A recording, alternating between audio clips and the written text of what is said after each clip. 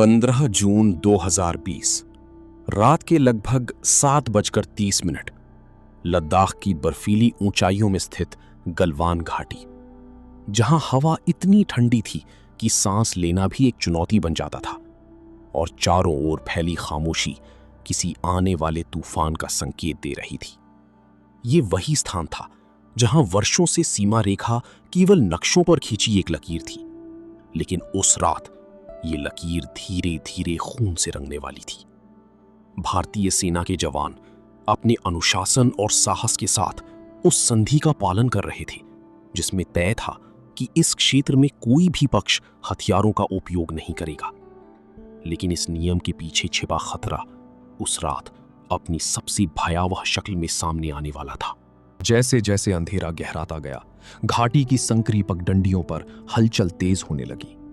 भारतीय टुकड़ी, जिसके नेतृत्व में संतोष बाबू आगे बढ़ रहे थे, अपने तय बिंदु की ओर बढ़ रही थी, जहां उन्हें यह सुनिश्चित करना था कि दूसरी तरफ से कोई घुसपैठ न हो। उनके कदम ठोस थे, लेकिन वातावरण में एक अजीब सा तनाव तैर रहा था। सामने पहाड़ियों की आड़ में दूसरी ओर के सैनिक भी अपनी मौजूदगी दर्ज करा रहे थे। ये कोई साधारण आमना सामना नहीं था, बल्कि दो शक्तिशाली देशों के बीच बढ़ते अविश्वास की वो चिंगारी थी जो कभी भी भड़क सकती थी। धीरे धीरे दोनों पक्ष आमने सामने आ गए, बिना किसी गोली के, बिना किसी चेतावनी के। केवल आंखों में झलकती कठोरता और इरादों की टकराहट ही इस मुठभेड़ का आधार थी। कुछ ही क्षणों में ये तनाव हिंसा में बदल गया। लोहे की रॉड, कीलों से जड़े डंडे और पत्थरों से लैस सैनिक एक दूसरे पर टूट पड़े। गलवान नदी के किनारे, जहां पानी की आवाज सामान्यतः शांति का प्रतीक होती थी, उस रात चीखों और संघर्ष की आवाजों में दब गई। ठंडी हवा में अब केवल बर्फ नहीं, बल्कि संघर्ष की गर्मी और खून की गंध खुल चुकी थी। भारतीय जवान संख्या में कम होने के बावजूद पीछे हटने को तैयार नहीं थे। हर एक कदम पर उन्होंने अपने साथी के लिए, अपने देश के लिए लड़ाई लड़ी। संतोष बाबू, जो इस टुकड़ी का नेतृत्व कर रहे थे, सबसे आगे खड़े थे, हर वार का सामना करते हुए, अपने सैनिकों का मनोबल बनाए रखते हुए। लेकिन ये लड़ाई केवल ताकत की नहीं थी, ये सहन शक्ति और जज्बे की भी परीक्षा थी।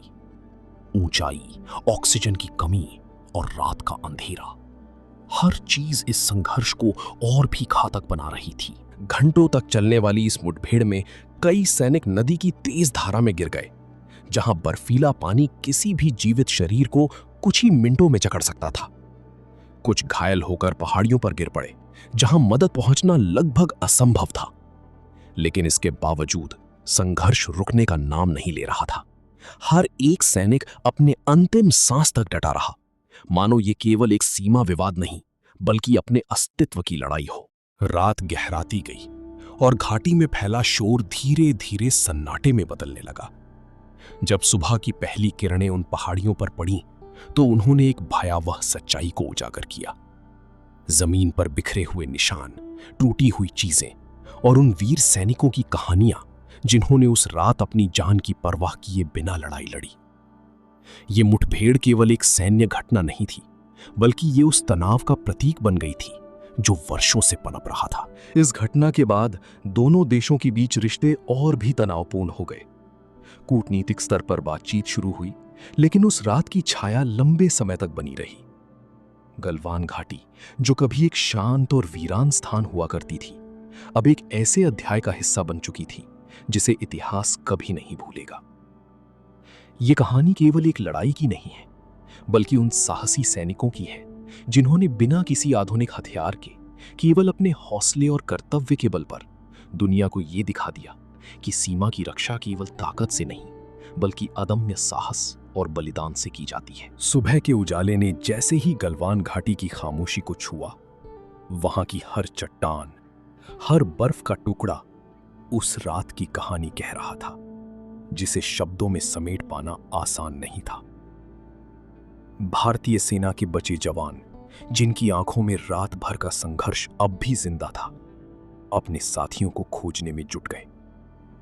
ऊंचाई पर फैली ठंडी हवा अब और भी भारी लगने लगी थी, क्योंकि उसमें केवल बर्फ की सिहरन नहीं, बल्कि बलिदान का बोझ भी शामिल हो चुका था। हर कदम के साथ उन्हें अपने उन साथियों की याद आ रही थी जो कुछ ही घंटे पहले उनके साथ कंधे से कंधा मिलाकर खड़े थे। घाटी के उस संकरे हिस्से में जहां नदी अपनी तेज धारा के साथ बहती है, कई जवानों के निशान अचानक गायब हो जाते थे। ये वही स्थान था जहां संघर्ष के दौरान धक्का मुक्की और हिंसा ने कई सैनिकों को सीधे उस बर्फीले पानी में धकेल दिया था। उस पानी में गिरना मानो मौत को गले लगाने जैसा था। लेकिन इसके बावजूद कुछ सैनिक आखिरी क्षण तक अपने साथियों को बचाने की कोशिश करते रहे। ये दृश्य केवल एक युद्ध का नहीं, बल्कि इंसानियत और भाईचारे के उस रूप का था जो सबसे कठिन परिस्थितियों में भी जीवित रहता है। इस घटना की खबर जैसे ही देश तक पहुंची, पूरे भारत में एक